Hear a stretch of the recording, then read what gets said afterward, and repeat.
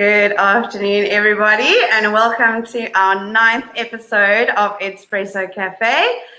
This afternoon, we are chatting about whether or not you believe in spoon feeding, the spoon that goes in your coffee. See what we did there?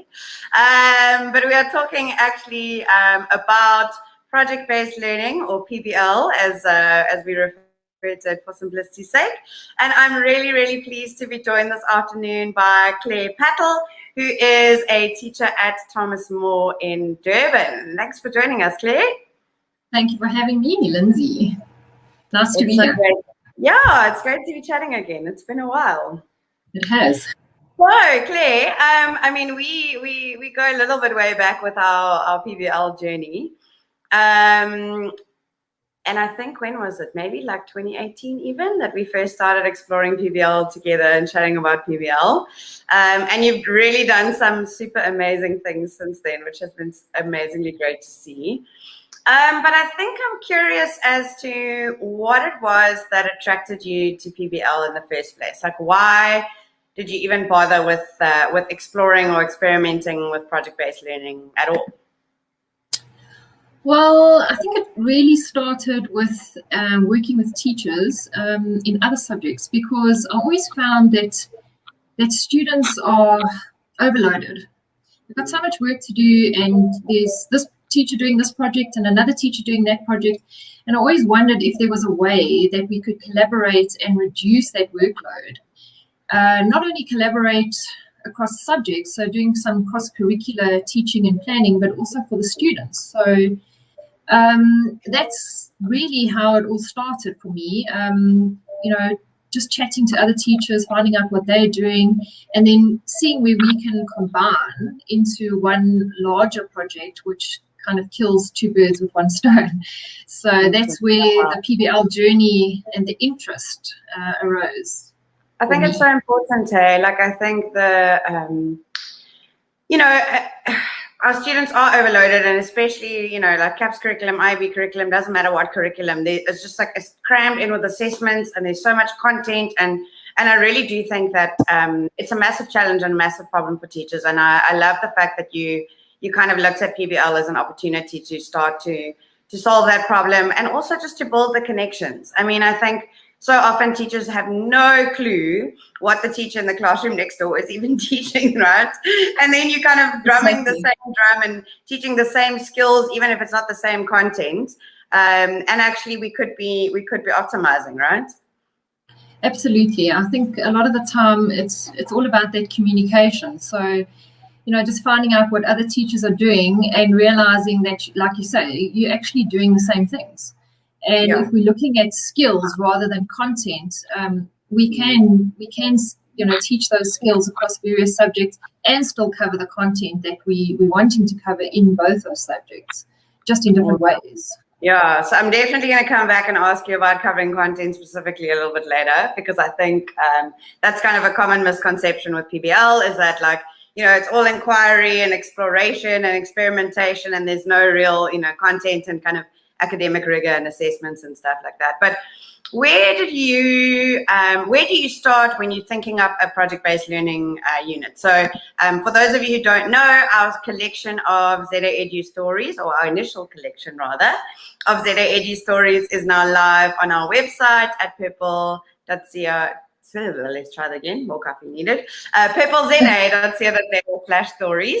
And you'll see Claire is actually a little bit unique in that she has two stories, because she's got one from when she was teaching high school at St. Dunstan's, and an amazing PBL she did with Kirsten Roth there and some of the other teachers around dismantling stereotypes.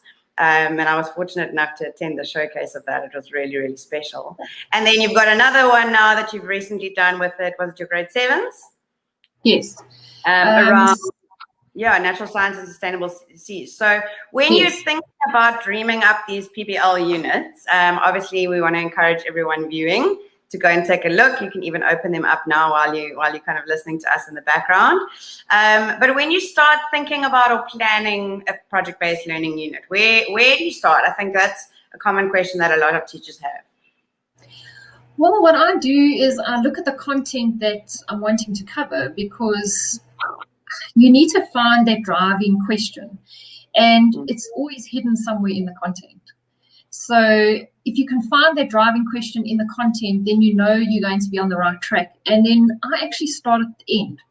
And it sounds a bit strange, but starting at the end means starting with how are your students going to present this project at the end of the day. And one of the big things with PBL is that your students need to present to an authentic audience. So you need to decide what or who that authentic audience is. And then I work backwards. So I've got my driving question, so I know which sort of area I'm steering towards, and then looking at that final product and try and marry the two, and then obviously put in all the bits and pieces that go into between those two, the start and the end. So a lot of times when I chat to teachers about PBL, they're like, I have an authentic audience. My students are going to present to the class. No. That's definitely not authentic. Yes, they're authentic because they're there, but actually it needs to be something that the students are going to take seriously. So in the one PBL we did, we actually had the students presenting to their parents, and they were horrified initially because they know that their parents are going to be there physically in front of them. You were one of the judges at our PBL, and they didn't know you very well. So, they knew that there was this expert almost, not necessarily on the topic. Right? Yeah. Exactly. And that makes it more relevant for them because they know they have to pull out all the stops to make this presentation work. In the more recent one that we did with the grade 7s, we did allow them to present to their peers, but on the judging panel, we had a marine expert who was one of the teachers from the high school, but it wasn't somebody that our grade 7s necessarily knew very well. And when we introduced the judges to the students, we highlighted the fact that this person was very knowledgeable in oceans and oceanography and everything involving marine sciences. So the students were quite panicky, and they realized that what the research that they do and what they come up with at the end of the day actually has to be valid. And so they really work hard on that project to try and impress, the authentic audience at the end of the day. Yeah, that reminds me of Rushton Hurley's quote. He says, when students have to do work for their teacher, it just has to be good enough. When it's for the world, when it's for the public, when it's for audience, it matters. It really has to be good. And that's, I think, how we get the most out of our students, right? Absolutely. So I'm intrigued as to, so you say on your ZAEG story that you love PBL and you think that it's the absolute way of the future. Can you share a little bit more about some of the things? Like, what is it that you love about PBL? Why would you choose to teach that way rather than a more kind of traditional pedagogy? Well, I think for me, when I look at some of the content that we have to teach, which, at the end of the day, it doesn't matter where you are in the world, we can't really change the curriculum because that happens at such a high level in government, that, we have to innovate the content that we're teaching to make it more exciting and relevant for the students. Right. And PBL kind of ticks all those boxes for me. It makes the content that you're teaching more real world. So I like to look at the Sustainable Development Goals, and it's not only from a geographical perspective. I look at that from various subject perspectives and see what I can tap into those, because the students need to be aware, everyone needs to be aware of this Sustainable Development Goals and where we are in the world in solving those issues. So that's one thing. And the other thing is just the real world skills, really, at the end of the day. Standing up, doing a presentation, or designing a website, or producing some kind of product at the end of the day. Actually, those are the skills that we're wanting to teach using the content that we have to teach. So I just like the innovating of the actual content rather than almost lecturing students based on content. And the relevance for me and the meaning. And I think that also, like, our students, like Generation Z that's in our classrooms, they really actually are very socially conscious. I think they're a generation that's a little bit more socially conscious than some other generations before them. And I've really just seen students come alive when we connect them to real world problems, when you actually give them a chance to do something that matters. You know, I can't stand it when teachers are like, make a magazine cover when, you know, the students haven't read a magazine, or like make a brochure. You know, when last did we make a brochure? And in the way that we, you know, what we get our students to create, like you talking about a website, and I've seen your students also create like an app prototype and those kinds of things. I think that definitely connects them to the real world and develops those skills. But in the same time, they can actually be designing and developing and creating solutions to real problems. It's incredibly powerful. Yeah, and the other thing that I also like to try and build in, especially into that end product, is the choice. So giving students the choice on what product they want to create or what solution they want to come up with. I think it's too easy for teachers nowadays to say, we're all going to design a website, or we're all going to create an experiment on this. And you have 25 or 30 in a class all doing the same thing.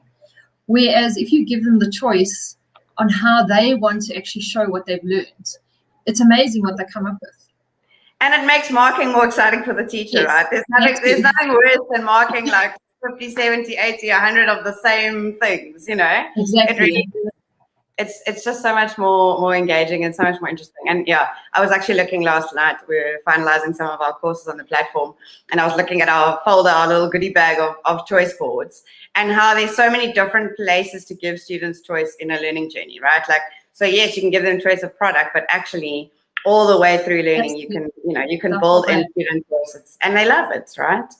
Yeah. So Claire, a lot of people think that PBL is kind of, like we said earlier, a little bit of a cop-out, a little bit wishy-washy, that you can't actually, you know, cover content, cover curriculum, build in assessments, those kinds of things. Can you share a little bit about some of the types of learning activities that you've designed when you have been doing PBL? So instead of, like, basically, how do you teach without teaching is a question that a lot of people ask me when it comes to PBL. Like, how will they learn this if I don't teach it?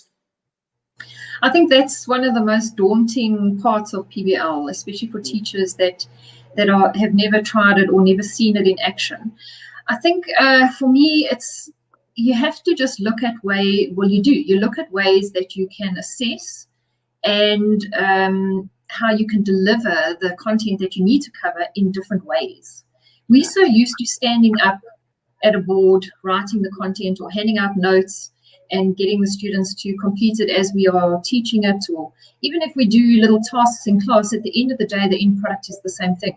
So what's nice about a PBL is it's kind of self-paced. So if you're working in groups or individually, students work through the content and the different tasks that you're allocating that may take them off on a tangent, but at the end of the day, they always come back and you know that they've covered those skills and the content that you are delivering. And so, they come back because there's a driving question, right? They're on a mission to answer that driving question. So they might be doing other things along the way, but there really is that question that, you know, that they're in search of the answer to, or answer. They shouldn't be. And you design it as the teacher, and you're guiding and the whole time to make sure that they're coming back all the time, but they so that you are covering that content. So a couple of ways that I try and do that is using design thinking. So if I know there's a particular area that I want the content to go to, then I'll design a task around that using design thinking. Sometimes debating, having a debate around a specific topic just to springboard into another area, or just general classroom discussions, so regrouping, let's discuss this, and then you actually mentioning the content and covering the content there that they will need and the knowledge that they need to go forward with something else. Case studies, using Google Forms to refer to a case study, or content from a website even. The old traditional ways and methods of doing things really are the same in a PBL. It's just how you're delivering them to make them a little bit more exciting and making sure that you're covering what you need to cover.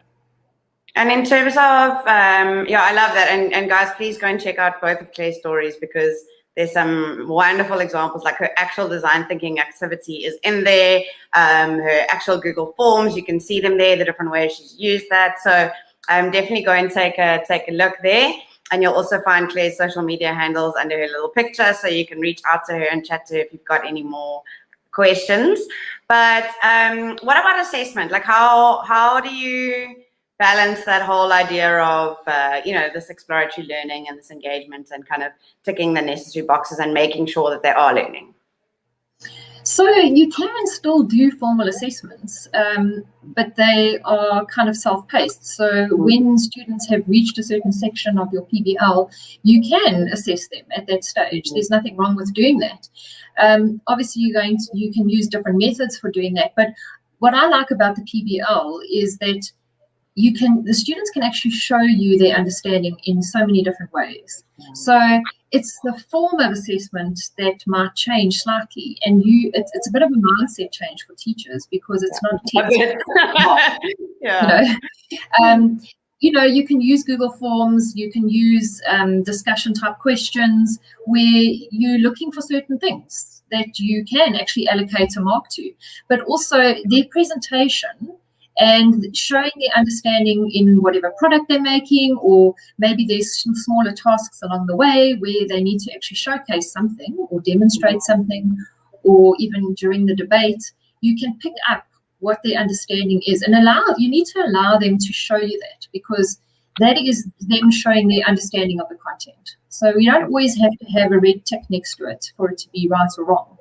And I think that's that mindset change that has to happen.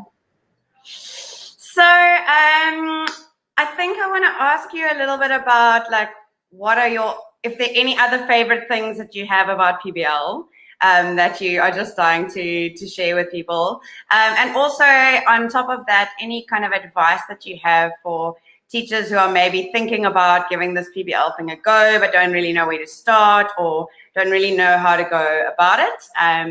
So what do you love, and what advice would you give to other teachers?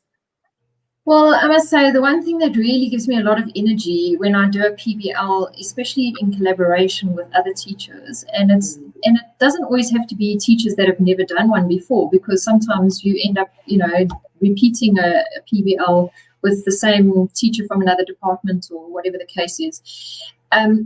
It's that excitement, that actually this is a different way of teaching, and seeing the excitement on other teachers' faces. And I mean, also, I just get so much energy from it. And I think that is what is exciting for me, is seeing other teachers, that kind of epiphany of, oh, wow, actually this is great. And look how much fun the students are having, and they're still learning, and it hasn't been a waste of time, and it's worth every effort, that you've put in your preparation. So I think for me, that's one of the greatest things about PBL, is that whole collaboration. And then advice for teachers, my biggest piece of advice would be take the risk. I think it's a huge risk sometimes, where you think, sure, I don't know if I can do this. What if it's a flop? What if it doesn't work the way I want it to be? And what if I don't cover this and I haven't got a mark at the end of the day? Really what it is about taking that risk, because you learn from your mistakes and the next time will be better. So why not take the risk? Because at the end of the day, the students are the ones that are learning and having fun. And I think you'll be amazed at how much you learn in the process as well. And then my second piece of advice for teachers is to learn from others. I think everything that I've learned regarding PBL, I've learned from others. And it's people like Lindsay and all the EdTech gurus out there on the internet, and groups on Facebook, etc. There are teachers that have done amazing things, and you can get so many ideas from these social media platforms and the internet. Use it. That is how you're going to learn, and how you're going to improve, and how you're going to actually win this at the end of the day. And once you start, you can't stop.